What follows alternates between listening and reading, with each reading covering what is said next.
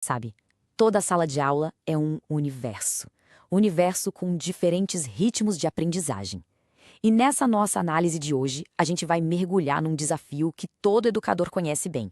Como é que se planeja uma aula de matemática que consiga de verdade alcançar todo mundo? Essa é a pergunta de US$ 1 milhão, não é mesmo? Imagina a cena, uma sala cheia de estudantes, cada um num ponto diferente da sua jornada. É um quebra-cabeça que se monta todo santo dia. Então, vamos começar pelo ponto principal: entender a realidade da sala de aula diversa. Esse é o primeiro passo. Ok, vamos pensar sobre isso. Quando a gente aceita que uma turma com vários níveis não é um problema, mas sim um padrão, a nossa perspectiva muda completamente. O foco para de ser como eu deixo todo mundo igual e passa a ser como eu ensino de um jeito eficaz dentro dessa diversidade.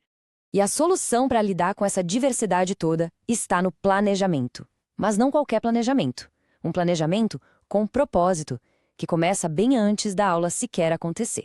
Essa frase é muito poderosa.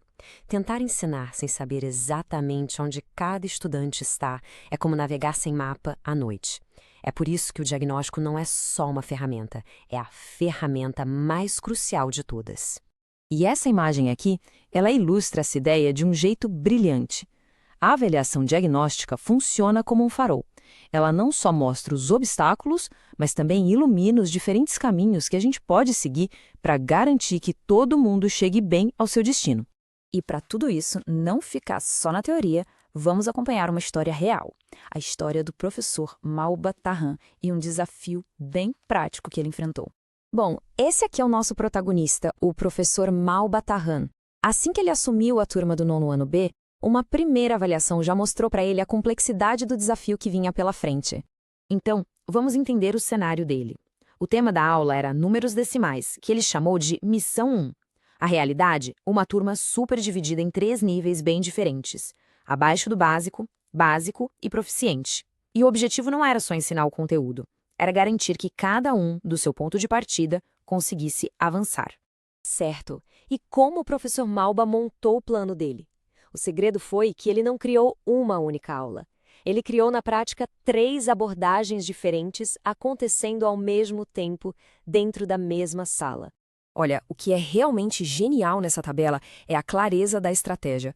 Para o grupo abaixo do básico, a abordagem foi individual, com o professor ali do lado guiando passo a passo. Para o nível básico, ele organizou o pessoal em duplas para um poder discutir com o outro, sabe? E para os proficientes, a organização foi em grupos maiores, para eles poderem analisar e aprofundar a discussão. É uma verdadeira coreografia pedagógica. E o plano funcionou. Funcionou muito bem. A turma toda se engajou, todo mundo avançou, mas, como acontece muitas vezes, o próprio sucesso da estratégia acabou trazendo um novo e interessante desafio para o professor. O planejamento cuidadoso resolveu o primeiro problema, mas a jornada de um professor é isso, né? Uma constante adaptação. Vamos ver o que aconteceu em seguida. O que aconteceu foi o seguinte: o plano foi tão eficaz que um grupo de estudantes simplesmente voou, terminou a missão sobre números decimais bem antes do que estava planejado. E isso criou uma nova pergunta. E agora? O professor Malba se viu, então, numa encruzilhada. Ele tinha 2 opções. A primeira, manter o cronograma para todo mundo e talvez passar umas atividades de aprofundamento para quem terminou antes. A segunda, quebrar o cronograma e permitir que esse grupo que terminou antes já começasse a próxima missão, sobre frações. Qual seria a melhor escolha? E é exatamente aqui que a gente chega na essência de tudo. Não se trata de achar uma resposta única, uma fórmula mágica, mas de entender que o bom ensino é aquele que se adapta o tempo todo. E essa análise toda nos deixa com essa reflexão. Não existe uma resposta certa para o dilema do professor. A decisão sempre vai depender do contexto específico de cada turma. O maior aprendizado aqui é que um bom planejamento não é uma estrutura rígida, mas sim algo vivo, um mapa que se adapta aos estudantes durante a jornada. Porque a jornada do ensino é isso, contínuo.